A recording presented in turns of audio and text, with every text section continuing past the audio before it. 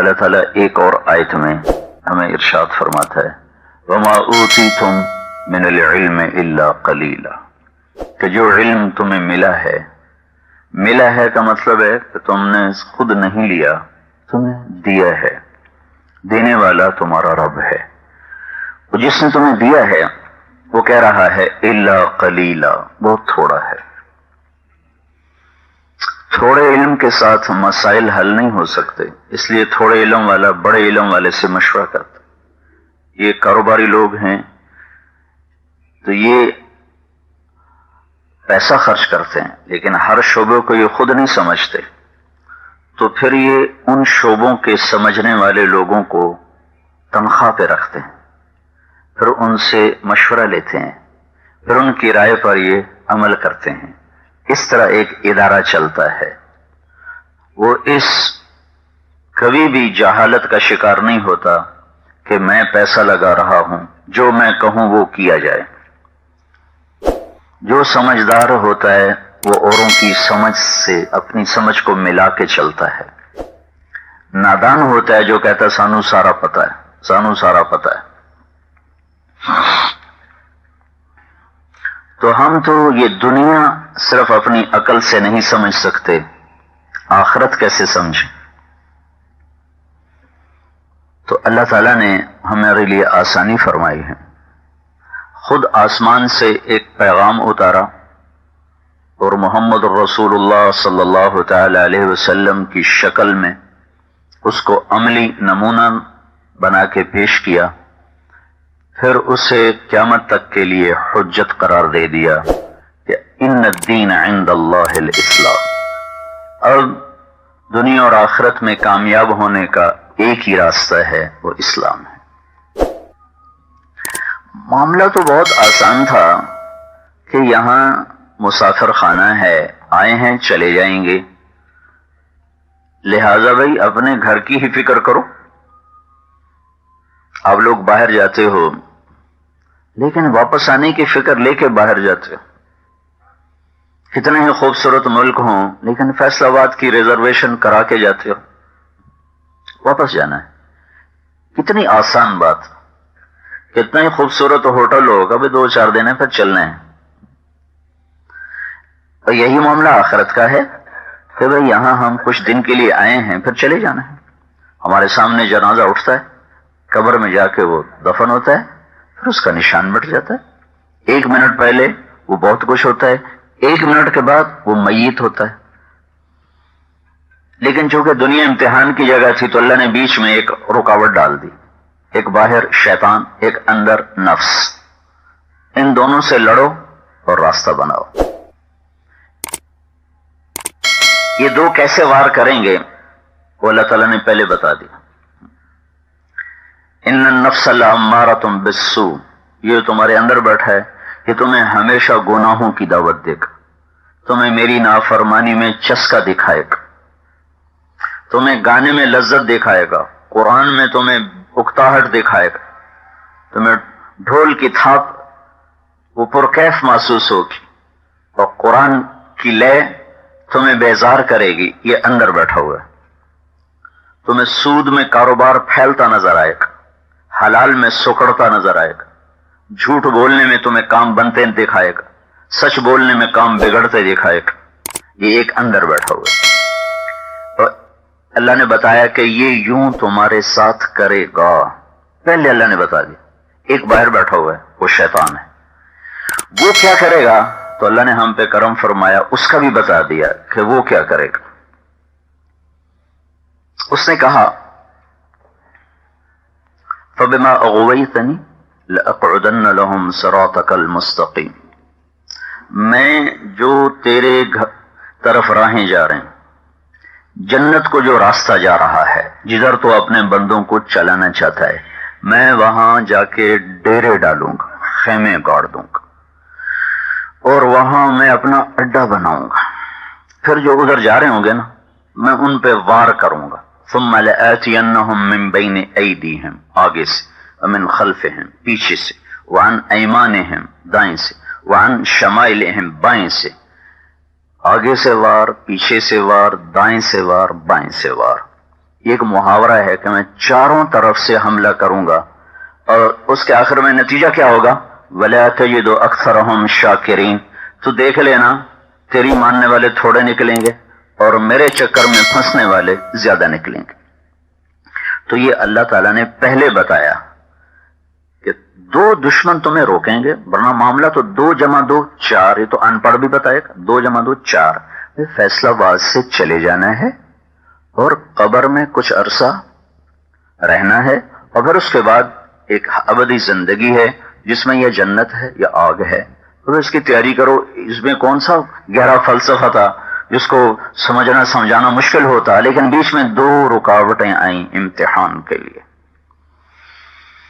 سامنے سے آؤں گا، پیچھے سے آؤں گا، دائیں سے آؤں گا، بائیں سے آؤں گا، 4 طرف سے وار کروں گا۔ اس کا مطلب کیا ہے؟ آگے سے آنا، پیچھے سے آنا، دائیں سے۔ ایک تو محاورہ ہے چاروں طرف سے، لیکن آگے پیچھے دائیں بائیں، اس کے پیچھے ایک بڑا خوبصورت مطلب بھی ہے۔ سامنے آخرت ہے، پیچھے دنیا ہے، دائیں طرف نیکیوں کا نظام ہے، بائیں طرف گناہوں کا نظام۔ ادھر فرشتہ نیکیاں لکھتا ہے، الٹے ہاتھ کا فرشتہ برائیاں لکھتا ہے۔ سامنے سے آؤں گا، سامنے آخرت ہے، بہت بڑے طبقے کو اس پہ قائل کر دوں گا کہ موت کے بعد کچھ نہیں، وہ تیری آخرت کے منکر ہو جائیں گے۔ اور اللہ تعالیٰ نے کہا ہاں ہوں گے، ہیہات ہیہات لما توعدون ان ہی الا حیاتنا الدنیا نموت ونحیا وما نحن بمبعوثین۔ ایک بہت بڑا طبقہ اس وقت بھی تھا، آج اس سے بھی زیادہ ہے، جو یہ کہتے ہیں موت کے بعد کچھ نہیں، بس مر گئے ختم۔ اذا كنا عظاما نخرا، پرانی ہڈیاں کون زندہ کرے گا؟ انا لمردودون فی الحافرہ، قبروں سے اٹھ کے کون آتا ہے؟ تو میں ان کو آخرت کے بارے منکر بنا دوں گا۔ لہذا جب آخرت کا تصور ختم تو جزا سزا کا تصور ختم، تو وہ جانور بن جائیں گے، جو منہ میں جو جی میں آئے گا وہ کرتے پھریں گے۔ لیکن ایک طبقہ ایسا ہوگا جو میرے اس چکر میں نہیں پھنسے گا، وہ کہے گا نہیں آخرت ہے ہماری طرح، نہیں جنت بھی ہے جہنم بھی ہے۔ ان کو کیا کروں گا؟ وَمِنْ خَلْفِهِمْ، ان کو پیچھے سے پکڑوں گا۔ پیچھے کیا ہے؟ پیچھے فیصلہ باد ہے، 8 بازار ہیں، ملیں ہیں، فیکٹریاں ہیں، ذمہ داریں ہیں، تجارت ہے، زراعت ہے، سیاست ہے، گھر ہیں، لذتیں ہیں۔ وَمِنْ خَلْفِهِمْ، ان کو دنیا اتنی خوبصورت دکھاؤں گا کہ تیری جنت کو مان کر بھی تیری جنت کے طلبگار نہ رہیں گے، اور ان کو دنیا کے خوف ایسے دکھاؤں گا کہ تیری دوزخ کو مان کر بھی تیری دوزخ سے ڈرنا چھوڑ جائیں گے۔ کہیں گے ہاں جی دوزخ بھی ہے، جنت بھی ہے، جامنا بھی ہے، لیکن نہ انہیں جنت کا شوق رہے گا نہ دوزخ کا خوف رہے گا۔ پیچھے سے وار کروں گا کہ انہیں منکر تو میں کر نہ سکا، تو پھر ہم انہیں میں فیصلہ باد میں خوبصورتی دکھاؤں گا، انہیں اس میں پھنسا دوں، تو بہت سا طبقہ اس میں پھنس جائے گا۔ علی رضی اللہ تعالیٰ عنہ روزانہ رات کو اللہ سے بات کیا کرتے تھے۔ یہ وہ شخص ہے جس کا ہاتھ پکڑ کر یوں اللہ کے نبی نے فرمایا تھا، علی تیرا گھر جنت میں میرے گھر کے سامنے ہوگا۔ اتنی بڑی گارنٹی پانے والا آدمی یوں ہاتھ پکڑ کے، تاکہ بات مضبوط ہو، کچھی نہ ہو، علی جنت میں تیرا گھر میرے گھر کے سامنے ہوگا۔ تو اس کو تو اب رات کو چین سے سونا چاہیے، دن میں اپنی بنسری بجانی چاہیے کہ ساڑھا تو کم بن گیا۔ سارا مسئلہ تو جنت کا ہے نا، اور اللہ کی رضا کا، وہ تو کم بن گیا۔ لیکن یہ شخص کیا کرتا ہے؟ اس کی روزانہ رات کی مناجات ہے۔ زرار ابن زمرہ کنانی فرماتے ہیں کہ آج بھی میرے کانوں میں علی بن ابی طالب کے الفاظ گونج رہے ہیں، وہ کہہ رہے ہیں ربنا ربنا، اے میرے رب، اے میرے رب۔ اور یہ کون سا وقت ہوتا تھا؟ وقد ارخى الليل سدوله وغارت نجومه، جب رات بھی تھک چکی ہوتی تھی اور تارے بھی سو چکے ہوتے تھے۔ اس وقت ایک آدمی مصلی پہ بیٹھا ہوتا تھا اور اس کے دونوں ہاتھوں میں داڑھی ہوتی تھی، اور ایسے تڑپتا تھا یتململ تململ السلیم، جیسے سانپ کا ڈسا تڑپتا ہے۔ وَيَبْكِي بُكَاءَ الْحَزِينَ، اور ایسے روتا تھا جیسے غموں کا مارا روتا ہے. اور پھر وہ کہتا الیہ تغررتی، ارے دنیا مجھے دھوکہ دینے آئی ہے. الیہ تشوقت، میرے شوق میں آ گئی. غری غیری، جا کسی اور کو دھوکہ دے. قد بتت کی ثلاث، میں تو تمہیں 3 طلاق کا پروانہ دے چکا ہوں. لا سبیل لی الیک، تیری میری راہیں اب کبھی جڑ نہیں سکتی. آہن آہ، ہائے میرے رب، ہائے میرے رب. کس بات پہ ہائے ہے؟ من قلت الذات، اے اللہ میرے پاس عمل بہت تھوڑا ہے. وبعد السفر، اے اللہ میرا سفر بڑا لمبا ہے. ووحشت الطریق، میرے رب میں نے تنہا جانا ہے. میرے ساتھ کیا ہوگا؟ جو ہوگا وہ تو بتایا جا چکا ہے کہ تیرا گھر جنت میں نبی کے گھر کے سامنے ہے. پھر وہ کہتا ہائے میرا عمل تھوڑا. جیسے مالدار آدمیوں کو ہوس ہو جاتا ہے کہ ہو راوے. اب وہ بھوک کی وجہ سے نہیں کماتے، وہ ہوس کی وجہ سے کما رہے ہوتے ہیں کہ اور بڑھ جائے اور بڑھ جائے.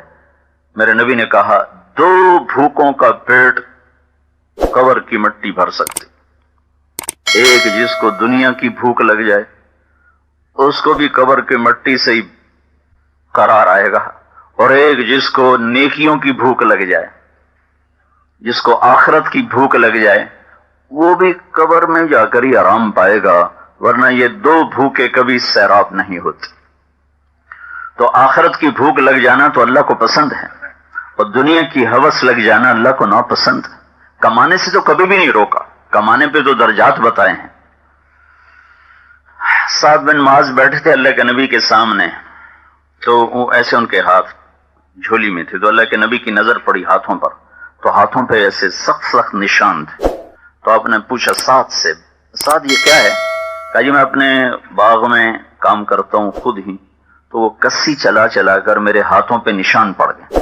تو اللہ کے نبی نے سعد کا ہاتھ ایسے پکڑا، سب کے سامنے اس کو بوسہ دی اور فرمایا کہ بچوں کو حلال کھلاتے ہوئے جو ہاتھ ایسا ہو جاتا ہے اس پہ جہنم کی آگ حرام ہو جاتی. تو کمانے سے نہیں روکا ہے، اس کے تو فضائل بتائے ہیں. ہوس سے روکا ہے.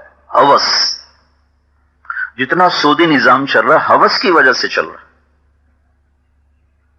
جتنی بازاروں میں خیانت ہے، بددیانتی ہے، وعدے سے پھرنا ہے، وعدہ خلافیاں ہیں، اس کے پیچھے صرف ہوس ہے.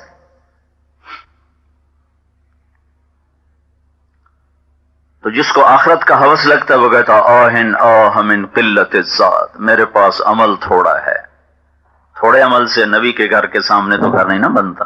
تو بہت زیادہ عمل ہو تو تب جا کر کہتا ہے میرا عمل تھوڑا ہے، میرا سفر لمبا ہے، مجھے اکیلے جانا ہے. تو 2 حملے ہیں شیطان کے. ایک سامنے سے آتا ہے آخرت کوئی نہیں، ایک بڑا طبقہ اس میں چلا گیا.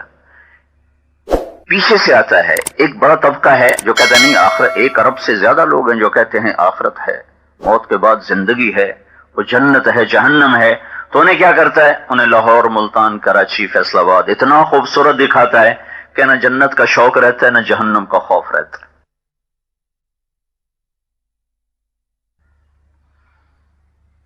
اچھا کچھ ایسے ہیں وان ایمان ہیں وان شمائل ہیں، الٹے ہاتھ سے آؤں گا، یہ تو مان کھلا، شراب میں، زنا میں، جوئے میں، گانے میں، ناچ میں، موسیقی میں، جھوٹ میں، ان کبیرہ گناہوں میں پھنسا دوں گا. تو ایک جم غفیر ہے جو اس میں پھنس گیا، جوان بھی، مرد بھی، عورت بھی. الٹے ہاتھ سے آنے کا مطلب ہے، اس کو بعد میں بتاتا. الٹے ہاتھ سے آؤں گا یعنی انہیں ان تیری نافرمانیوں میں انہیں ایسا پھنساؤں گا کہ وہ اسی کے ہو کے رہ جائیں، ہوش ہی نہیں آئے گا. وہاں ایمان ہے، یہ ایک بہت بڑا طبقہ ہے جو اس میں کبیرہ گناہوں میں گرفتار ہے، اخلاقی لحاظ سے، معیشت کے گناہ، اللہ اور اس بندے کے درمیان، بندوں اور بندوں کے درمیان بے شمار شکلیں ہیں، اس میں پھنسا دیا اس نے. ان ایمانہم کا دائیں طرف سے وار کروں گا. یہ وار کیا ہے کہ ایک طبقہ ایسا ہوگا جو آخرت کو حق مانے گا اور دنیا کے سحر میں گرفتار نہ ہوگا، وہ جنت کا طلبگار ہوگا، وہ دوزخ سے خوف زدہ ہوگا، وہ کبیرہ گناہوں سے بچتا ہوگا، وہ سود، شراب، جھوٹ، آوارگی، بدماشی، فحاشی، ناچ گانا، بے پردگی، اس سب سے دور ہوگا اور دنیا سے بے رغبت ہوگا، جنت کا شوقین ہوگا اور گناہوں سے وہ پرے ہوگا. تو ان ایمانہم، ان کو کیسے پکڑے گا؟ تو اللہ نے بتایا تمہیں بھی پکڑنے کا اس کے پاس ایک جال ہے، تمہیں بتا رہا ہوں، احتیاط کرنا. وہ ایسے لوگوں کو نیکی کے تکبر میں پھنسائے گا. جیسے پیسے کا تکبر ہے نا، کہ ہم ستارہ والے ہیں، ہم ستارہ انڈسٹری والے ہیں، ایک مال کا تکبر ہے. ویسے یہ تو بڑے متواضع لوگ ہیں. ویسے میں کہہ رہا ہوں کہ ایک مال کا تکبر ہوتا ہے کہ میں یہ فیکٹری والا، میں اتنے کاروبار والا. تو ایک نیکی کا تکبر ہے جو اس سے بہت زیادہ ہوتا ہے، جو کہ پیسے کی حیثیت ہے مچھر کا پر. ساری دنیا کٹھی کرو تو اللہ کا نبی کہتا ہے ایک مچھر کا پر نہیں.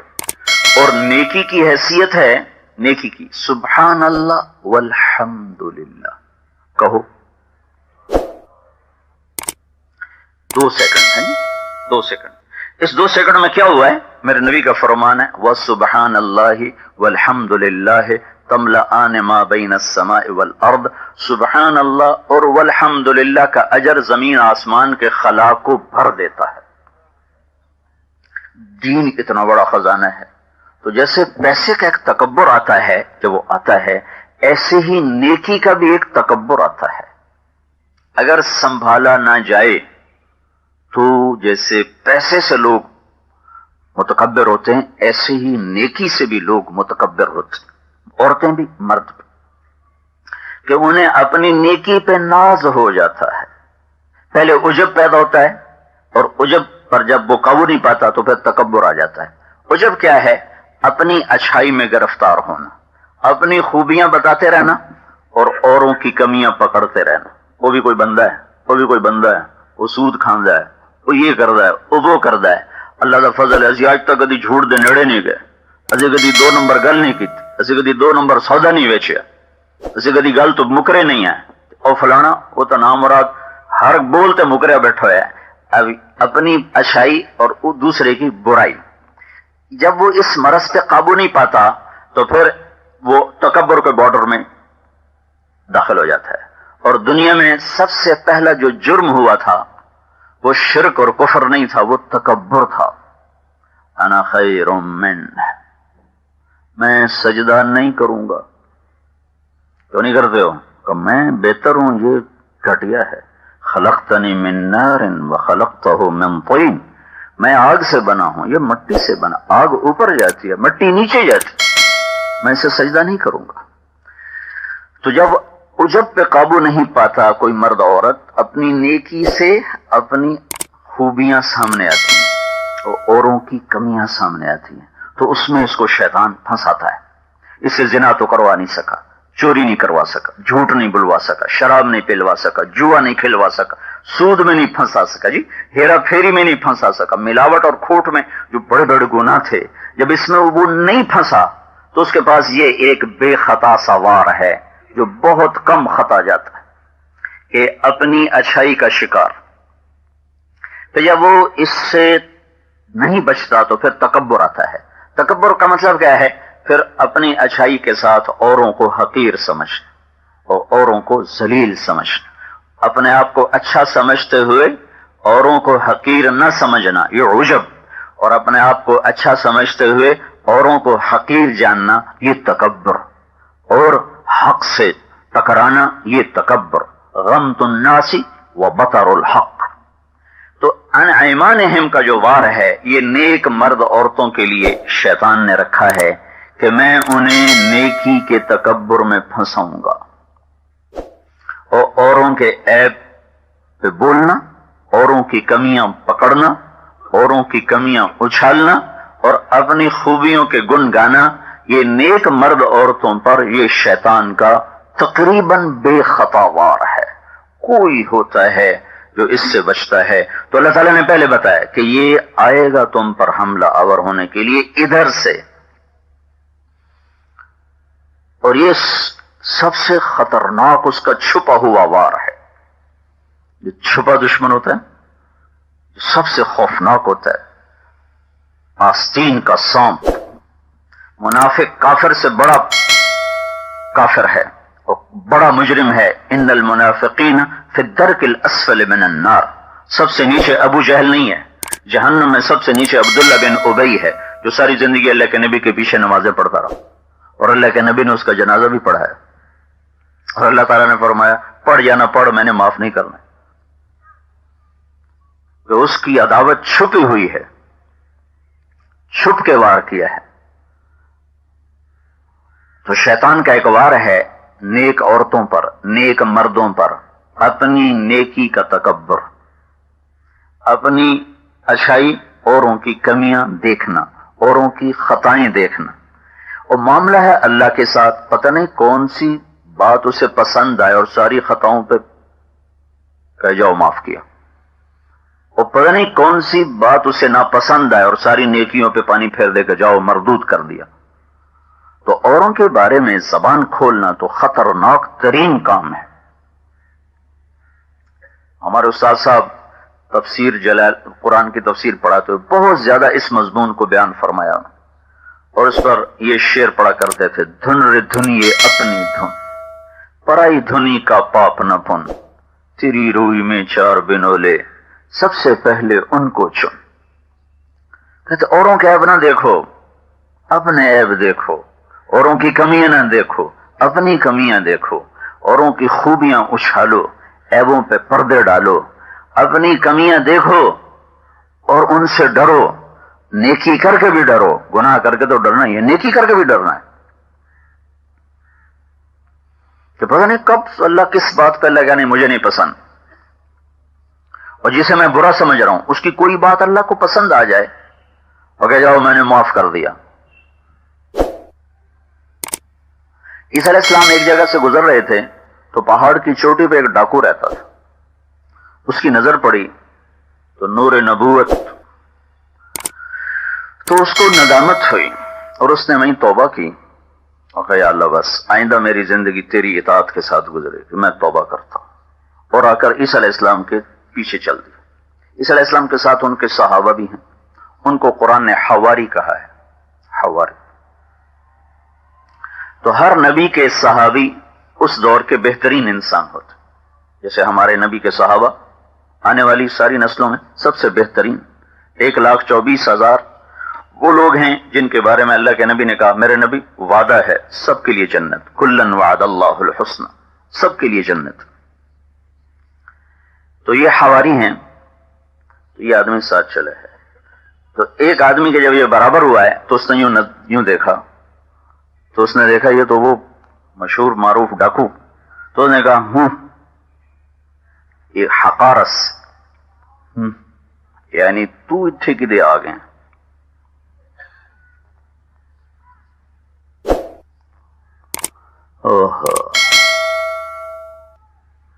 ہماری جماعت گئی ٹوبہ ٹیک سنگھ 1995 کی بات. تو ٹوبہ ٹیک سنگھ کسی زمانے میں نا سوشلسٹوں کا بڑا مرکز تھا. تو وہاں جو ان کا چیئرمین تھا نا اس کو ملے تو اس نے بتایا کہ نہ ہم کافر نہ مرتد، مسلمان. ماؤ یہ اس کی لینن کی تعلیمات سے متاثر اس کی بات کرتے تھے. ایک دن عصر کی نماز کے لیے میں مسجد میں گیا، وضو میرا کونیے تک ہو چکا ہے اور میں نے مسے کے لیے پانی لیا اپنے ہاتھوں میں. تو پیچھے سے امام مسجد صاحب بکھن لگے ادھر یا کتھو مسجد بڑھایا. اس کی نظر پڑی، مولوی صاحب کی نظر پڑی تو انہوں نے پیچھے سے نعرہ لگایا ادھر یا کتھو مسجد بڑھایا. تو کہنے وہ پانی میں نے یوں ایسے ہی پھینکا اور وہاں سے اٹھا اور آج تک میں مسجد میں داخل نہیں ہوا.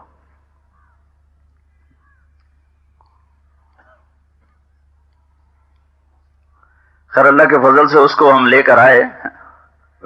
ایک بندے دی گل نال اسلام چھڑ دے بھی اللہ دا بند، یہ بھی کوئی عقل والی گل. لیکن شیطان ہمیشہ الٹی طرف لے جاتا ہے، سیدھی طرف تو لے کر چلتا نہیں.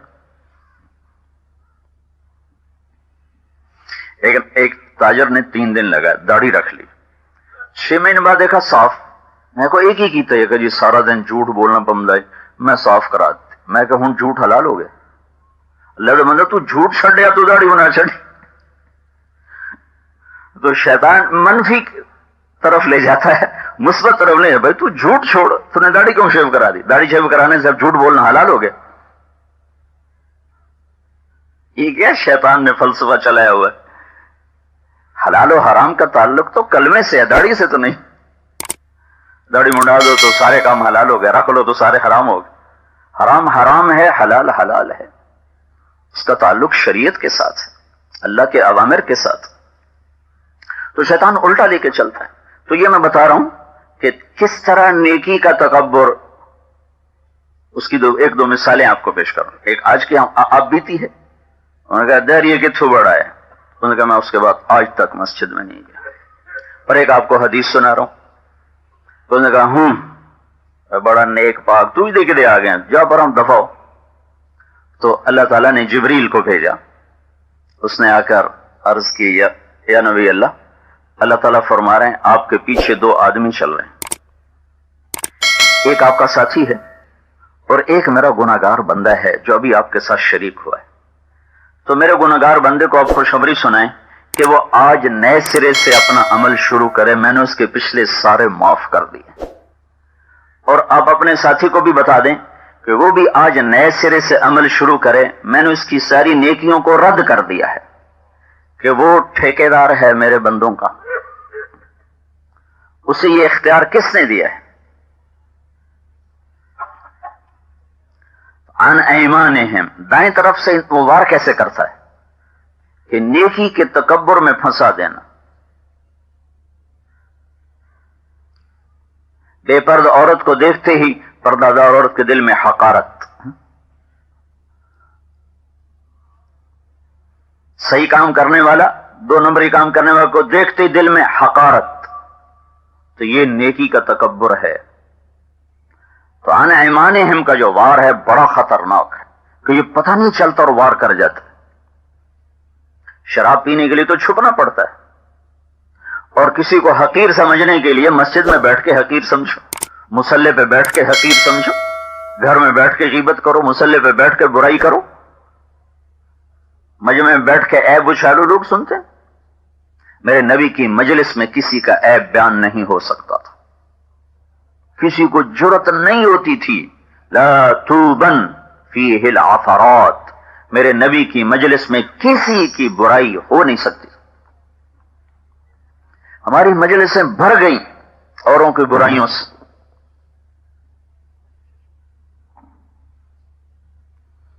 عن ایمانہم, دائیں طرف سے آؤں گا.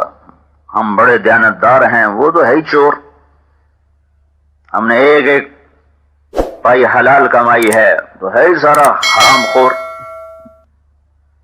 ہم پوری زکات دیتے ہیں, وہ ایک پیسہ اللہ کے نام پہ خرچ نہیں کرتے. تو عمل کر کے اسے ہضم کرنا, اور عمل کر کے بھی ڈرتے رہنا. عمر بن خطاب وہ شخص ہے جس کے بارے میں اللہ کے نبی نے کہا میرے بعد کوئی نبی ہوتا تو عمر ہوتا. اور اللہ سے مانگا, یا اللہ مجھے عمر عطا فرما. مانگا ہوئی ہستی. مرید اور مراد ہیں. حضرت عمر کے بارے میں آتا ہے کہ وہ مراد تھے, باقی سارے صحابہ مرید تھے, اور عمر بن خطاب مراد تھے. یا اللہ ان دو میں سے ایک کو ہدایت دے, اور میری مانتا ہے تو عمر بن خطاب کو دے. اللہم اعز الاسلام بعہد العمرین, یا اللہ دو عمر میں سے ایک کو اسلام کی دولت دے کر اسلام کو عزت عطا فرما, اور میری رائے یہ ہے کہ عمر بن خطاب مجھے عطا فرما. بدھ کو اور جمعرات کی درمیانی رات کو آپ نے یہ دعا مانگی, اور جمعرات کو عمر بن خطاب کلمہ پڑھ چکے تھے,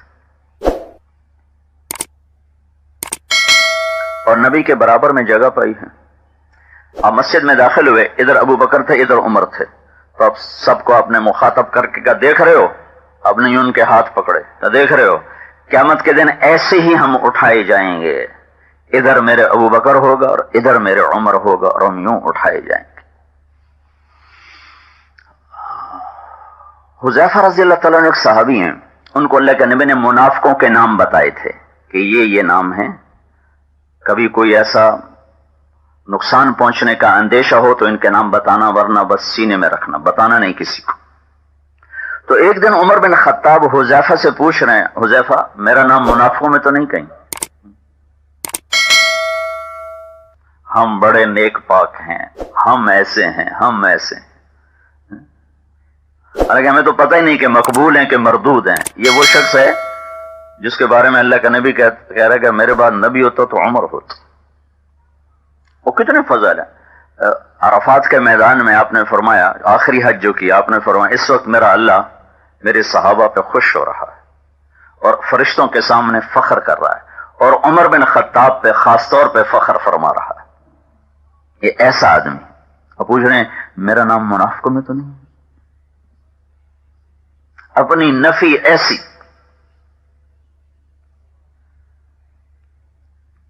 تو نیکی کر کے بھی ڈرنا، پتہ نہیں مقبول ہے کہ مردود ہے۔ نماز پڑھاتے ہوئے خنجر لگا اور کافر کے ہاتھوں لگا، شہادت کامل ہے، تو گھبرائے ہوئے تھے۔ تو علی اور حسن آئے حال پوچھنے۔ تو حضرت علی نے کہا کیا ہوا عمر، موت سے ڈر گئے ہو؟ کہا نہیں، موت سے نہیں ڈرا ہوں، موت کے بعد والے حالات سے ڈر رہا۔ تو کہنے لگے نہ ڈرو، میں گواہ ہوں، میرے ان کانوں نے اتنی دفعہ سنا ہے کہ گن نہیں سکتے کہ اللہ کے نبی نے فرمایا ابو بکر اور عمر یہ جنت کے بڑی عمر کے لوگوں کے سردار ہوں گے۔ تو کہنے لگے گواہی دو گے حشر میں؟ کہا میں بھی دوں گا، حسن بھی دے گا۔ اور جب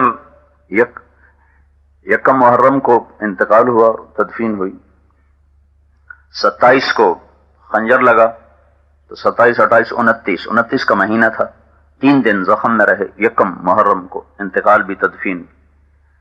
تو جب دیکھا کہ آج شاید نہیں بچ سکوں گا تو اپنے بیٹے کو کہا کہ بیٹا جاؤ عائشہ سے پوچھ کر آؤ کہ عمر اپنے ساتھیوں کے قرب میں جگہ چاہتا ہے، تو اگر وہ اجازت دے دیں تو پھر مجھے وہاں دفن کرنا، اور اگر وہ انکار کر دیں تو پھر مجھے بقیع میں دفن کر دینا، اور میرا نام لے کے پوچھنا، امیر المومنین نہ کہنا عمر اپنے ساتھیوں کے ساتھ جگہ چاہتا ہے۔ تو عبداللہ بن عمر تشریف لائے تو عائشہ رضی اللہ تعالیٰ عنہ رو رہی تھیں، سارا مدینہ ہی رو رہا تھا۔ تو انہوں نے عرض کی کہ اما جان میرا باپ عمر بن خطاب اپنے ساتھیوں کے پاس جگہ چاہتا ہے۔ تو عائشہ رضی اللہ تعالیٰ عنہ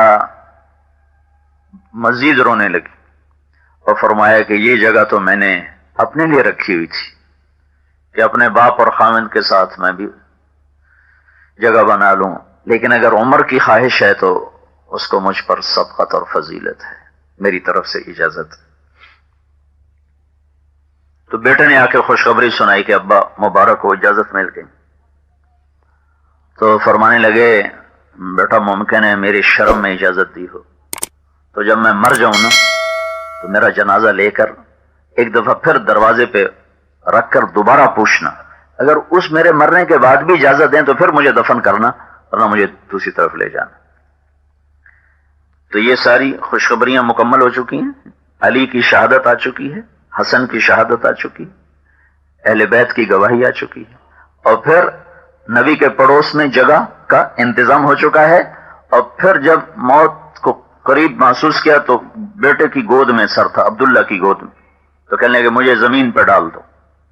تو انہوں نے زمین کی بجائے ایسے اپنی ٹانگ کو لمبا کیا اور یہاں پنڈلی پہ رکھ لیا سر، تو ان کو زور سے ڈانٹا کہ ویحک، سمجھتا نہیں ہے میں کیا کہہ رہا ہوں، مجھے زمین پہ ڈال دے۔ تو انہوں نے گھبرا کے زمین پہ ڈال دیا، تو اپنی گال جو تھی نا مٹی میں رکھ دیا ایسے، اور یوں اپنے منہ کو مٹی میں ایسے ملنا شروع کیا، اس طرح مٹی میں، وہ کہہ رہے تھے اے اللہ تو نے عمر کو معاف نہ کیا تو عمر ہلاک ہو جائے، ویل لک یا عمر ان لم یغفر لک رب، اے میرے رب تو نے عمر کو معاف نہ کیا تو عمر ہلاک ہو جائے۔ جنہیں فخر کرنا چاہیے تھا وہ اتنی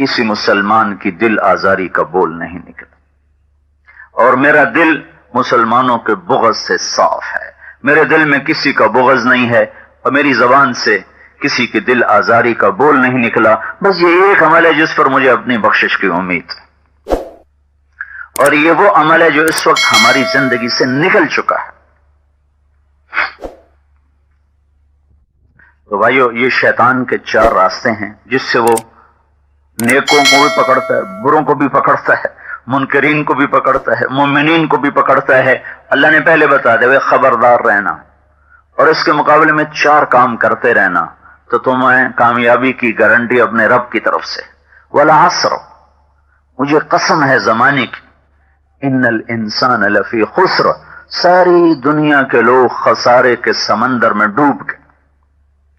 فی کا لفظ یہاں بہت خطرناک مطلب دے رہا ہے، لفی، اس کے اوپر لام، لفی خسر، جیسے کشتی ڈوبے، کبھی ڈوب گئی، کا کوئی بچا، کا سارے ہی گئے، گہرا سمندر تھا، سارے ہی گئے۔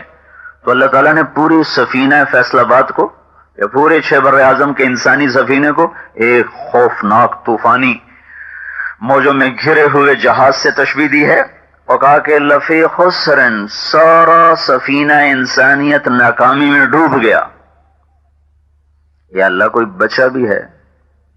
کوئی بچا بھی ہے؟ کہاں؟ 4 کام کرنے والے بچ جائیں گے، باقی سب گئے۔ امام شافعی فرماتے ہیں 30 سپاروں کی بجائے سورۃ والعصر ہوتی تو کافی تھی۔ یہ سارے قرآن کا خلاصہ 3 آیات، سارے قرآن کا خلاصہ 3 آیات۔ والعصر ان الانسان لفی خسر، مجھے قسم ہے زمانے کی۔ اللہ کو قسم اٹھانے کی ضرورت ہے، لیکن اسے پتا ہے کہ میرے بندے بہت شک کرتے ہیں، تو اللہ کہتا ہے میرے بندو، میں قسم اٹھاتا ہوں، اب تو میری بات مانو کہ ہاں مانیں گے۔ تو ویسے ہی سچا ہے، پر ہو بالکل ہی سچا ہوگی گال۔ اللہ کی بات شک سے بالا تر ہے، لا ریب فیہ۔ والعصر، مجھے زمانے کی قسم، ان الانسان لفی خسر، ساری دنیا ناکامی کے سمندر میں گئی۔ یا اللہ، کوئی بچا کہاں؟ 4 کام کرنے والے بچ گئے، باقی سب گئے۔ الا الذین آمنوا، جو ایمان لائے۔ ایمان کی شرط لگانے سے سارے غیر مسلم ناکامی میں غرق ہو گئے۔ وعملوا الصالحات، اور عمل صالح کی شرط لگانے سے ایمان والے ناکام ہو گئے۔ وتواصوا بالحق، اور جنہوں نے حق کی تبلیغ کی اور حق کی دعوت دی۔ تبلیغ کی شرط لگانے سے عمل والے بھی ناکام ہو گئے۔ وتواصوا بالصبر، جو صبر کے پہاڑ بن کے چلے، صبر کی شرط لگانے سے تبلیغ والے بھی ناکام ہو گئے۔ الا الذین آمنوا، ایمان کی شرط لگنے پر غیر مسلم ناکام۔ اس ناکامی کا مطلب ہے ہمیشہ کی جہنم، یہ نکل نہیں سکتا۔ وما ہم بخارجین من النار، کبھی نہیں نکلیں گے۔ ایک زمانہ ایسا آئے گا کہ اللہ جہنم کو تالا لگا دے گا، اندر سے باہر، باہر سے اندر، سب رابطے ختم فرما دے گا۔ وعملوا الصالحات، جنہوں نے عمل کیے اچھے، اس شرط لگانے سے ایمان والے ناکام۔ یہاں ناکامی کا مطلب اور ہے، یہاں ناکامی کا مطلب یہ ہے کہ یہ سیدھے جنت میں نہیں جائیں گے، بواسطہ جہنم جنت میں جائیں گے۔ کہ کبیرہ گناہ کرتے کرتے جو مرد عورت مر جاتا ہے، اللہ کا قانون یہ ہے کہ اسے جہنم میں جانا ہے، باقی جس کو چاہے معاف کر دے، اس کی رحمت کو پابند نہیں کیا جا سکتا، جسے چاہے معاف کر دے۔ عمر بن عبدالعزیز نے رحمت اللہ علیہ نے حجاج بن یوسف کو خواب میں دیکھا، جہنم کے ڈھیر میں ہے، تو پوچھا تیرے ساتھ کیا ہوا؟ کہا میں ہر قتل کے بدلے میں قتل کیا گیا، 1.25 لاکھ آدمی اس نے قتل کیا تھا، اور سعید بن جبیر کے قتل میں 70 دفعہ قتل کیا گیا۔ پھر فرمایا تو اب کیا حال ہے؟ کہ بس اب کلمے کی آس ہے کہ کبھی تو جہنم سے نکلیں گے۔ وعملوا الصالحات، عمل الصالحات کی شرط سے ایمان والے ناکام ہو گئے۔ اس ناکامی کا مطلب یہ ہے کہ یہ سیدھے جنت میں نہیں جائیں گے، جہنم سے ہو کر جنت میں جائیں گے۔ جہنم میں 7 حصے ہیں، سب سے اوپر جہنم ہے، یہ ہے ہی ایمان والوں کے لیے جو کبیرہ گناہ کرتے ہوئے مر گئے اور توبہ نہ کی اور خاتمہ ایمان پہ ہوا، تو یہ جہنم، پھر اس کے نیچے یہ ہے ہی ایمان والوں کے لیے۔ جو کبیرہ گناہ کرتے ہوئے مر گئے اور توبہ نہ کی اور خاتمہ ایمان پہ ہوا تو یہ جہنم. پھر اس کے نیچے حطمہ ہے، یہ عیسائیوں کے لیے. اس کے نیچے لظا ہے، یہ یہود کے لیے. اس کے نیچے سعیر ہے، یہ مجوس کے لیے. اس کے نیچے سقر ہے، یہ صابئین کے لیے. اس کے نیچے جہیم ہے، مشرکین کے لیے. اس کے نیچے حاویہ ہے. جہنم میں جانے والے اپنے اپنی سزا بھگت کر نکلتے رہیں گے. تو عامل الصالحات کی شرط نے ایمان والوں کو جو ناکام کیا ہے وہ ہمیشہ کی جہنم نہیں، وہ سیدھا جنت میں نہ جانا ہے، ادھر سے ہو کر ادھر جائیں گے. وتواصوا بالحق، اور جنہوں نے حق کی تبلیغ کی شرط لگانے سے عمل والے ناکام ہو گئے. تو یہاں ناکامی کا کیا مطلب ہے؟ یہاں مطلب یہ ہے کہ یہ اونچے درجات سے محروم ہو گئے. یہ جہنم میں تو نہیں جائیں گے سیدھے جنت میں، لیکن عالی مقام اور اونچے درجات سے یہ محروم ہو جائیں گے. تو تبلیغ کا کام کوئی یہ اضافی کام نہیں ہے کہ ٹھیک ہے فرصت ہو تو کر لو، نہ کرو تو ٹھیک ہے سیدھا پہلے بڑے نیک پاک ہیں. تبلیغ کا کام بنیادی شرائط میں سے ہے، کامیابی کی بنیادی شرائط میں سے. مدار نجات ہیں یہ 4 کام، مدار نجات ہیں، یہ اضافی کام نہیں ہے کہ کر لو ٹھیک ہے نہ کرو ٹھیک ہے. اس امت کے لیے یہ اضافی کام نہیں، پہلوں کے لیے اضافی کام تھا، اس لیے کہ وہاں انبیاء کا سلسلہ تھا اور ہمارے اوپر آ کر نبوت کا سلسلہ ختم. لا نبی بعدی لا امت بعدکم، میرے بعد نبی کوئی نہیں، تمہارے بعد امت کوئی نہیں. لہذا فلیبلغ الشاہد الغائب، میرا پیغام آگے پہنچانا تمہارے ذمہ ہے. بلغوا انی ولو آیا، عالم ہونا بھی شرط نہیں ہے، ایک آیت بھی تمہیں آتی ہے تو آگے پہنچا دو. ھذا بلاغ للناس، یہ پیغام ہے پہنچانے کے لیے. علامہ زرکشی فرماتے ہیں قرآن کا کوئی نام رکھا جاتا تو یہ آیت اس کا نام بنتی. ھذا بلاغ للناس، یہ پیغام ہے لوگوں کو پہنچانے کے لیے. پہنچانے والے کون ہیں؟ یہ امت. اور اس کے لیے عالم ہونا شرط نہیں لگایا گا، ایک آیت بھی ہے تو چلو. عمل بھی شرط نہیں لگایا کہ تمہارے عمل میں ہے تو بہت اعلیٰ بات ہے، عمل میں نہیں ہے تو دعوت دینا نہیں چھوڑنا. کہو شاید تمہارے کہنے سے کسی کو نفع ہو جائے، اس کی تو فعل تمہاری بھی بخشش ہو جائے. کبھی رب مبلغ او عام سامع، یہ خطبہ حجۃ الوداع میں ایک جملہ ہے جس میں اس بات کی طرف اشارہ ہے کہ ضروری نہیں کہ تمہارا پورا عمل ہو تو پھر تم تبلیغ کرو. تم دعوت دو، شاید تمہاری بات سن کر تم سے اچھے عمل کرنے والے وجود میں آ جائیں. تو تواصوا بالحق، یہ جو تیسری شرط ہے تبلیغ کے کام کی، یہ بھائیو یہ ساری یہ لازمی پرچے بتا رہا ہوں. ہاں یہ اضافی نہیں ہے کہ ہو جائے نہ ہو ٹھیک ہے، نہیں، یہ جو لازمی پرچے بتا رہا ہوں. تو اس شرط کے لگنے سے ناکامی کا مطلب یہ ہے کہ یہ عالی شان درجات سے محروم ہوں گے. جنت میں تو چلے جائیں گے لیکن عالی درجات سے محروم ہو جائیں. اور انسانی فطرت ہے خوب سے خوب کی تلاش میں، تو جہاں ہمیشہ رہنا ہے وہاں خوب سے خوب کی تلاش ہونی چاہیے کہ اللہ تعالیٰ جنت الفردوس میں پہنچائے ہمیں. خود جنت الفردوس میں 100 درجے ہیں اور 2 درجوں کے درمیان زمین آسمان کا فاصلہ ہے. سب سے عالی درجہ کا نام ہے وسیلہ، جو اللہ کے عرش کے ساتھ ایسے لگا ہوا یوں کر کے. ویسے تو اللہ کا عرش چھت ہے ایسے، نیچے ساری جنت، لیکن ایک مقام کا نام ہے وسیلہ، وہ یہاں ہے. ایسے مثال دے کے بتا رہا ہوں تو اللہ ہی جانے گا، یعنی یوں اللہ کے عرش کے ساتھ ایسے جڑا ہوا ہے. اس جنت کا نام ہے وسیلہ. یہ جنت ہے اللہ کے رسول کے لیے جو تیار کی گئی ہے. جو اللہ کے نبی نے فرمایا تم اذان کے بعد میرے لیے دعا کرو، آت محمدن الوسیلہ، اے اللہ ہمارے نبی پاک کو وسیلہ عطا فرما. تو وسیلہ سے مراد وہ دوسرا وسیلہ نہیں ہے، یہاں وسیلہ وہ مقام جنت ہے جو اللہ کے نبی نے فرمایا کہ میرے لیے اللہ نے جو جنت بنائی ہے اس کا نام ہے وسیلہ. تو تم میرے لیے دعا کرو اذان کے بعد، تو میں قیامت کے دن تمہاری شفاعت کروں گا. جو مؤذن کہے ویسے کہو، پھر اس کے بعد میرے اوپر درود پڑھو، پھر دعا پڑھو اللہم رب هذه الدعوة التامة والصلاة القائمة آت محمد الوسيلة والفضيلة وابعثه مقاما محمودا الذي وعدته انك لا تخلف الميعاد. یہ دعا کرو میرے لیے تو میں قیامت کے دن تمہاری شفاعت کروں گا. تو اس میں ہم اللہ سے مانگتے ہیں یا اللہ ہمارے نبی کو وسیلہ عطا فرما. تو سب سے اوپر وسیلہ ہے، پھر اس کے نیچے یہ 100 جنتیں ہیں جو جنت الفردوس کہلاتی ہیں. پھر اس کے نیچے باقی جنتیں شروع ہوتی ہیں. جنت الفردوس جتنی ہے اللہ نے اپنے ہاتھوں سے بنائی ہے. باقی جنت کو امر کن سے بنایا ہے, جنت الفردوس کو اپنے ہاتھوں سے بنایا. تو وہ کیا چیز اللہ نے بنائی ہو. اور پھر بنانے کے بعد جس دن بنایا اس دن سے لے کر آج, اور آج سے قیامت تک اللہ روزانہ دن میں 5 دفعہ اس کو پہلے سے زیادہ خوبصورت بنا دیتا. روزانہ 5 دفعہ اس کی ڈیکوریشن ہو رہی. تو وہ کیا چیز بن رہی. تو تبلیغ کی شرط نے عمل والوں کو ناکام قرار دے دیا. یہ ناکامی ہے درجات کی کمی. وتواصوا بالصبر, چوتھی شرط نے تبلیغ والوں کو ناکام قرار دے دیا. یہ ناکامی کون سی ہے؟ یہ ناکامی کی ایک مثال ہے. جیسے 15-20 ٹیمیں ایک ٹورنامنٹ میں حصہ لیتی ہیں تو کھیلتے کھیلتے 2 باقی بچ جاتی ہیں. دونوں بہت اعلیٰ درجے کی ہوتی ہیں. آگے ان کا نصیب لڑتا ہے, ایک ہار جاتا ہے ایک جیت جاتا ہے. جو ہارے ہوتے ہیں نا, یہ دیکھنے میں 2 نمبر پر آئے ہیں تو ان کو خوش ہونا چاہیے کہ ہم سیکنڈ آئے ہیں, اور ان کے ملک والوں کو بھی خوش ہونا چاہیے کہ ہم دوسرے نمبر پر آئے ہیں. لیکن یہ خود بھی روتے ہیں, ان کے ملک والے بھی روتے ہیں کہ ہم ہار گئے.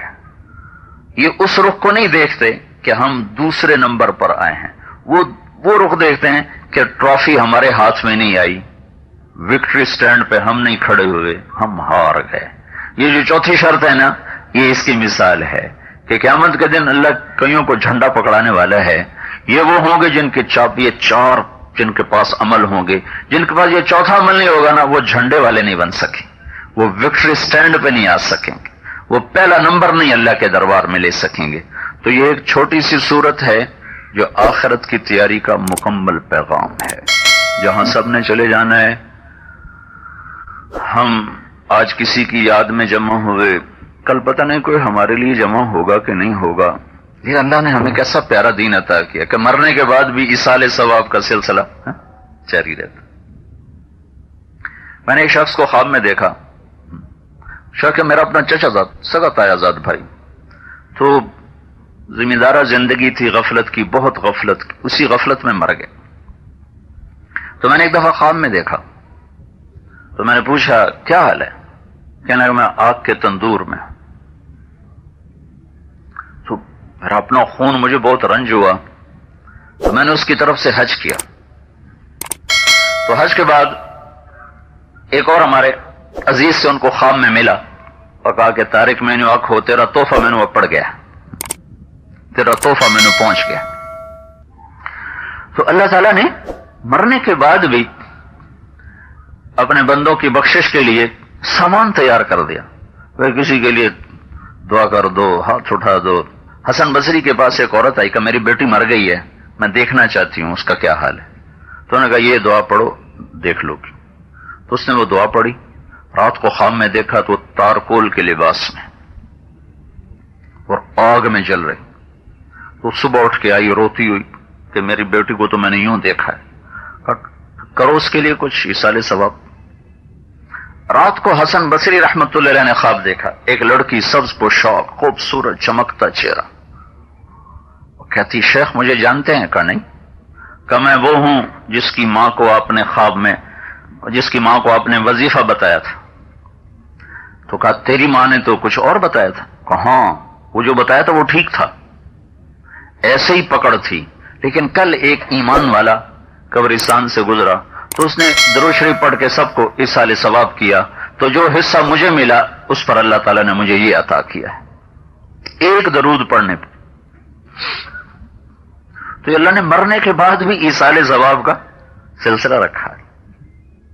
ایک آدمی اپنے عمل میں کوتا تھا, دوسروں کے ثواب پہنچتے پہنچتے پہنچتے پہنچتے اللہ تعالیٰ نے اس کو اعلی درجات عطا فرما دی. اس لیے اپنی اولاد کو صرف کاروبار نہ سکھاؤ, انہیں کچھ پڑھنا بھی سکھاؤ کہ مرنے کے بعد وہ ادھار مانگ کے طالب علم نہ بلا رہے ہوں کہ میرے ابے واسطے پڑھو, میری اماں واسطے پڑھو, وہ خود بھی پڑھنے والے ہوں.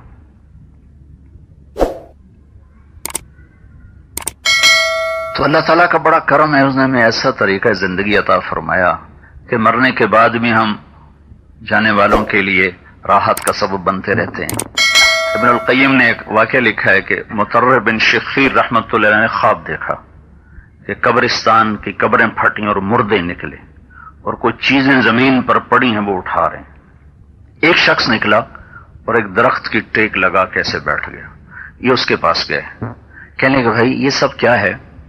کہ ہم اہل ایمان ہیں جو دنیا سے جا چکے ہیں، اور جو ہمارے رشتہ دار ہمیں ثواب پہنچاتے ہیں یہ وہ اٹھاتے پھر رہے ہیں۔ تو یہ پوچھتے ہیں تم کیوں نہیں اٹھاتے ہو؟ کہا میرے پاس بہت زیادہ کٹھا آ جاتا ہے، مجھے اٹھانے کی ضرورت نہیں۔ کہا وہ کیسے آتا ہے؟ کہا میرا بیٹا حافظ قرآن ہے، روزانہ ایک قرآن ختم کر کے مجھے پہنچا دیتا، تو مجھے یہ اٹھانے کی ضرورت نہیں رہتی۔ کہا تیرا بیٹا کیا کرتا ہے؟ اس کی مٹھائی کی دکان ہے فلاں بازار میں۔ تو اگلے دن وہ بازار میں پہنچ گئے تو دیکھا ایک نوجوان مٹھائی کی دکان ہے اور اس کے ہونٹ ہل رہے ہیں، سودا بک رہا ہے۔ تو یہ کھڑے ہو کر پہلے اس کو دیکھتے رہے، پھر محسوس کیا کہ ہونٹ مسلسل حرکت میں۔ انہوں نے کہا بیٹا کیا پڑھ رہے ہو؟ کہا یہ قرآن پڑھ رہا ہوں۔ کہا کتنا پڑھتے ہو؟ کہا ایک ختم روز کرتا ہوں۔ کہا اتنا کیوں پڑھتے ہو؟ کہا میرا باپ میرے پر احسان کر گیا، میں بدلہ تو نہیں دے سکتا لیکن میں کوشش کرتا ہوں کہ میں اس کی کچھ خدمت کر سکوں۔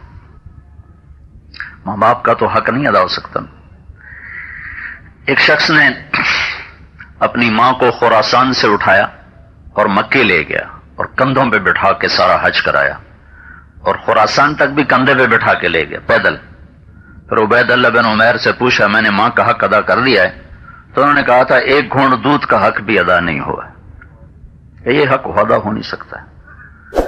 کچھ عرصہ گزر گیا، سال گزرے، 2 گزرے، 4 گزرے، انہوں نے پھر خواب دیکھا، وہی قبرستان، وہی مجمع اور وہی مردے نکل کے اکٹھے کر رہے ہیں۔ اس میں اس آدمی کو بھی دیکھا، وہ بھی اکٹھا کرتا پھرتا ہے۔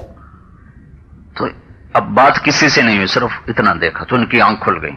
تو اگلے دن یہ گئے بازار، دیکھا تو دکان بند تھی۔ کہا بھائی یہ دکاندار کا کیا ہوا؟ کہ جس کا انتقال ہو چکا ہے، وہ پیچھے جو تھوک سے جا رہا تھا ختم ہو گیا، تو اس کو بھی ضرورت پڑ گئی اب پرچون سے اٹھانے کی۔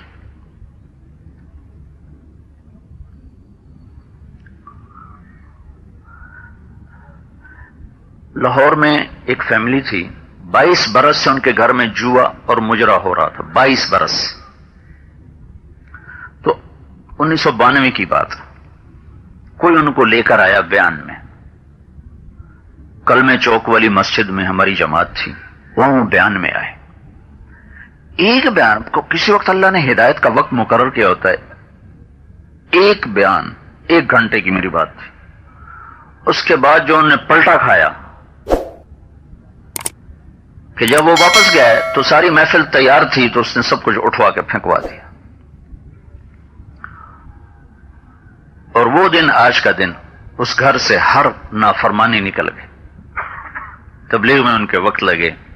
تو 1992 میں میں حج پہ جا رہا تھا، کہنے کہ ہمیں بھی لے جاؤ، 2 بھائی تھے۔ میں نے کہا چلو تو ساتھ۔ مینا میں میں سویا ہوا، گرمی کا حج تھا بہت شدید، مئی کا حج تھا۔ تو میں سویا ہوا مینا میں، تو میں نے ان کے باپ کو خواب میں دیکھا۔ میں نہیں جانتا ان کا باپ کون ہے، لیکن مجھے ایسا لگ رہا ہے کہ یہ ان کا باپ ہے۔ کہہ رہا ہے کہ آپ میرے بچوں کو بتا دو کہ تمہاری نیکی مجھے پہنچنا شروع ہو گئی۔ تو بھائیو اپنی اولاد کو صرف پیسے والا نہ بناؤ، انہیں اس قابل بھی بناؤ کہ مرنے کے بعد کچھ ہماری قبر کا بھی سامان بن سکے۔ اور اس طرح زندگی گزرے کہ اچھی یادیں چھوڑ کے جائیں۔ اس میں ادریس کی اہلیہ، ادریس کی ماں بڑی اچھی یادیں چھوڑ کر گئی، بڑے اخلاق والی خاتون تھی، بڑے عالی اخلاق۔ عبادات ہے، اللہ سے معاملہ، اس میں بڑی سہولت ہے کیونکہ اللہ ہے ہی بے پرواہ۔ اور اخلاق ہیں بندوں سے معاملہ، بندے کم ظرف ہیں، یہاں معاملہ ٹائٹ ہو جاتا ہے۔ تو جہاں اللہ کے بندوں کا حق آ جائے وہاں بہت احتیاط برتنی چاہیے۔ تو وہ بہت نیک خاتون تھیں، اپنے اخلاق میں بیوی کے روپ میں بھی، ماں کے روپ میں بھی، بہن کے روپ میں بھی، بہو کے روپ میں، مالکن کے روپ میں، نوکروں کے ساتھ، خامند کے ساتھ، ہر ایک کے ساتھ بہت عالی اخلاق۔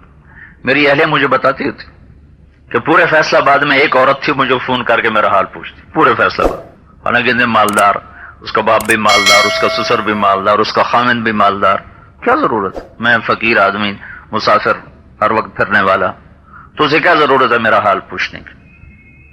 کہ صرف ایک خاتون تھی پورے فیصل آباد میں، چونکہ میرا اکثر سفر رہتا ہے، تو وہ پوچھتی رہتی تھی کہ کہاں ہے، تمہارا کیا حال ہے، مولانا کا کیا حال ہے۔ ایک دفعہ خود مجھ سے فون پر کہا کہ میں آپ کو مولانا کی بجائے بھائی جان کہہ لیا کروں۔ میں نے کہا مجھے بڑی خوشی ہوگی، مولانا تو ایک ایسے ٹائٹل سا ہے، تو تم مجھے بھائی کر دو مجھے زیادہ خوشی ہوگی۔ تو پھر جب بھی میری فون پر بات ہوتی مجھے بھائی جان کہہ کر کے مجھے بہت خوشی ہوتی تھی، مجھے حیرت بھی ہوتی تھی کہ یہ اتنے مال ریل پیل کے بعد اتنی محبت، تواضع، یہ تو اللہ ہی ہے تقسیم کرتا ہے، جیسے اللہ مال تقسیم کرتا ہے نا ایسی اخلاق بھی تقسیم کرتا ہے، اور جس کو اخلاق مل جائے نا وہ بہت بڑا سرمایہ دار ہوتا ہے۔ آج اس کا مادی سرمایہ تو بیکار ہو گیا نا، لیکن اخلاق کا سرمایہ میں آج بھی تذکرہ کر رہا ہوں، میری بیگم ہمیشہ تذکرہ کرتی بھائی ایسی موت مرے ہیں کہ بعد میں لوگ محبت سے یاد کریں، کوئی چگو شکر ہے مگرو لتھا جان چھٹی، یہ کہنے والے نہ ہوں، رونے والے ہوں، یاد کرنے والے ہوں، اور یادیں اچھے اخلاق سے ہی زندہ رہتی ہیں۔ تو اللہ اس مرحومہ کے درجے بلند کرے، بڑے عالی اخلاق تھے۔ تو بھائیو، مرنے سے پہلے یہ کچھ چیزیں ہیں میں نے آپ کے سامنے پیش کی ہیں، ان کو ہم سیکھ لیں، کر لیں، تو انشاءاللہ اللہ تعالی ہمارا خاتمہ بھی خیر کا کر دے گا، کچھ ہمارے لیے بھی جمع ہونے والے ہوں گے۔ معاملہ تو اصل اللہ کی بخشش کا ہے کہ وہ ہو جائے۔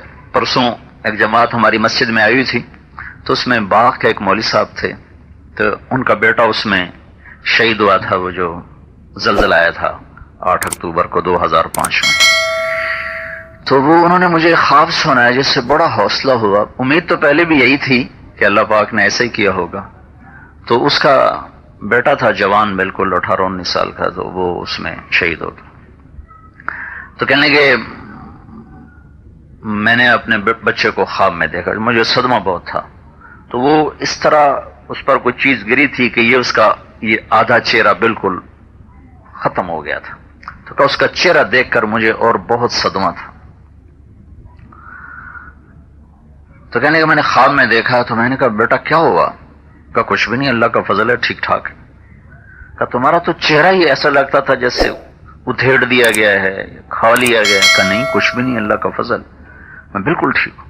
کہا تمہارے بارے میں کیا فیصلہ ہوا؟ کہا اللہ نے جتنے اس حادثے میں فوت ہوئے سب کی جنت کا فیصلہ کرتا۔ چلے بھائی، ان کی تو موج ہو گئی، کوئی عمل کوئی نہیں زندگی میں، حادثہ میں اللہ نے پکڑو سب کے لیے جنت کا فیصلہ کر دیا۔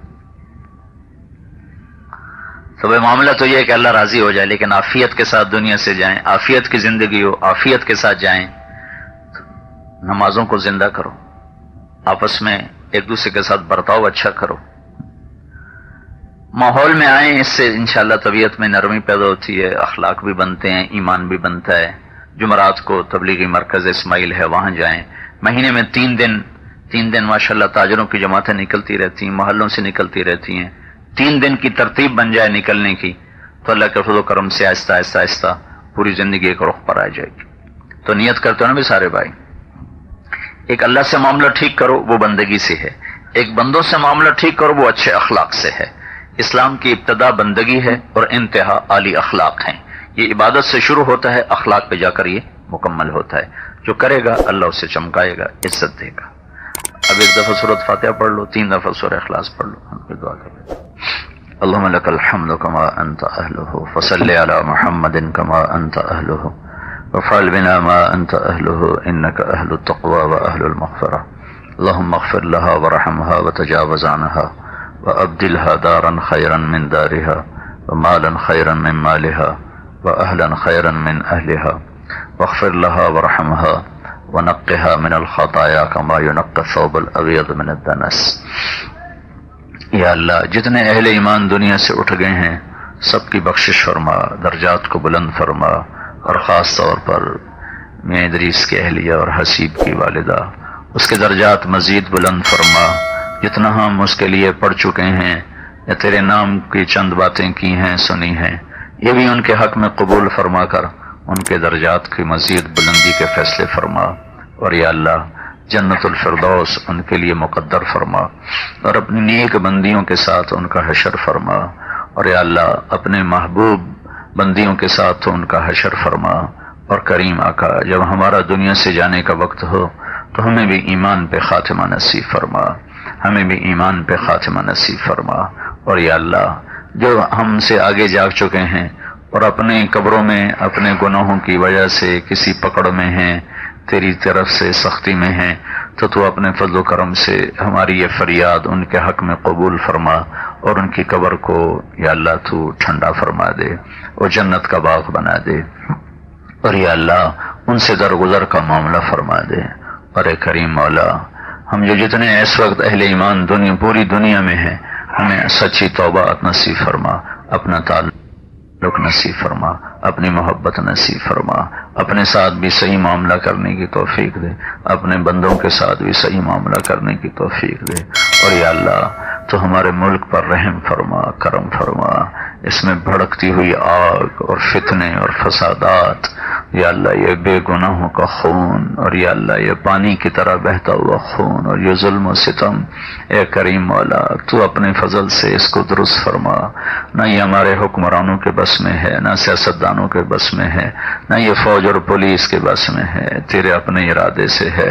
یا اللہ ہمارے جن گناہوں کی وجہ سے ناراض ہو کر پورے ملک کا امن لٹ گیا، اور پورے ملک کی یا اللہ بسات لپیٹ دی گئی، یا اللہ تو ہمارے وہ گناہ معاف کر دے۔ یا اللہ کہ کوئی ایک طبقہ مجرم نہیں ہے، ہم سارے ہی مجرم ہیں، ہم سب کے اجتماعی گناہوں کی وجہ سے اس ملک کا امن چین سکون ختم ہوا ہے، تو ہم سب کے گناہ معاف فرما دے، اور خاص طور پر وہ جرم جس کی وجہ سے پورے ملک میں فساد ہی فساد ہے، وہ جرم ہمارا معاف کر دے، اور ہمارے ملک کو امن کا ملک بنا دے، امن کا گہوارہ بنا دے۔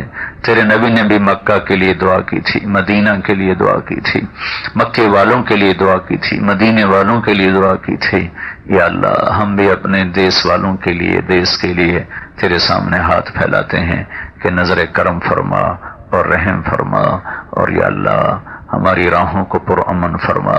ہماری تو مسجدیں غیر محفوظ ہو گئیں، یا اللہ راہیں کا پرامن ہوتی، اپنے فضل و احسان سے چاروں صوبوں میں یا اللہ جو آگ بھڑک رہی ہے اسے اپنے رحمت کے بادلوں سے یا اللہ اپنی رحمت کی بارش برسا کر اسے یا اللہ بجھا دے، امن محبت الفت قائم فرما دے، اور ظلم و ستم کی فضا کو ختم فرما دے، ظلم و ستم کی فضا کو ختم فرما دے، ظلم و ستم کی فضا کو ختم فرما دے۔ ربنا اغفر لنا ولإخواننا الذين سبقونا بالإيمان ولا تجعل في قلوبنا غلا للذين آمنوا ربنا إنك رؤوف رحيم، وصلى الله تعالى على النبي الكريم، آمين برحمتك يا أرحم الراحمين۔